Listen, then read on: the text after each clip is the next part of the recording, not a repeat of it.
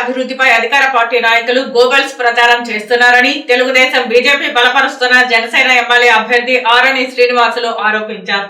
తిరుపతి అభివృద్ధికి రాష్ట్ర ప్రభుత్వం నుంచి ₹1 అయినా తెచ్చారా అని ఆయన ప్రశ్నించారు. నగరంలోని 13, 14, 15వ డివిజన్లలో తెలుగుదేశం, బీజేపీ, జనసేన నాయకులు, కార్యకర్తలు వెంటరాగా ఎన్డీఏ కూటమి అభ్యర్థి ఆరణి శ్రీనివాసులు ఇంటింటా ప్రచారం నిర్వహించారు. పవన్ కళ్యాణ్ ఆలోచన ధోరణి, చంద్రబాబు నాయుడు అనుభవం, ప్రధానమంత్రి మోదీ అభివృద్ధి మంత్రం చూసి ఎమ్మెల్యేగా జనసేన ఎన్నికల గుర్తైన గాజు గ్లాస్ కి ఓటు వేయాలని, తిరుపతి పార్లమెంటుకు బీజేపీ ఎన్నికల గుర్తైన కమలంపై ఓటు వేసి వరప్రసాద్ ను గెలిపించాలని ఆరణి శ్రీనివాసులు ఓటర్లను కోరారు. TDP cluster incharge Sridhar Varma ఆధ్వర్యంలో ఇంటింటి ప్రచారం జరిగింది. ఆరణి శ్రీనివాసులు మాట్లాడుతూ తిరుపతిని తాము తప్ప ఎవరూ అభివృద్ధి చేయలేదన్నట్లు అధికార పార్టీ నాయకులు చెప్పుకోవడం ప్రజలను తప్పుదావ పట్టించడం తప్ప మరొకటి కాదని ఆయన విమర్శించారు.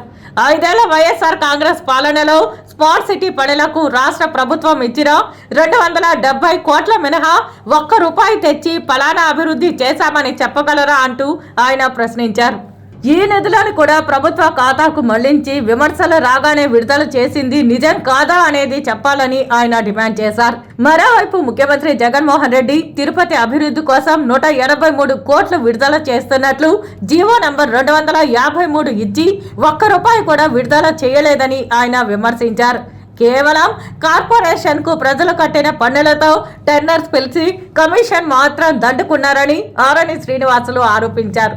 మున్సిపల్ కార్పొరేషన్ ఉద్యోగులకు నెల ఇచ్చే జీతాలను సక్రమంగా ఇవ్వడం లేదని ఆయన చెప్పారు. జీతాలు ఇవ్వలేని వాళ్ళు అభివృద్ధిపై మాట్లాడే హక్కు లేదని ఆయన మండిపడ్డారు.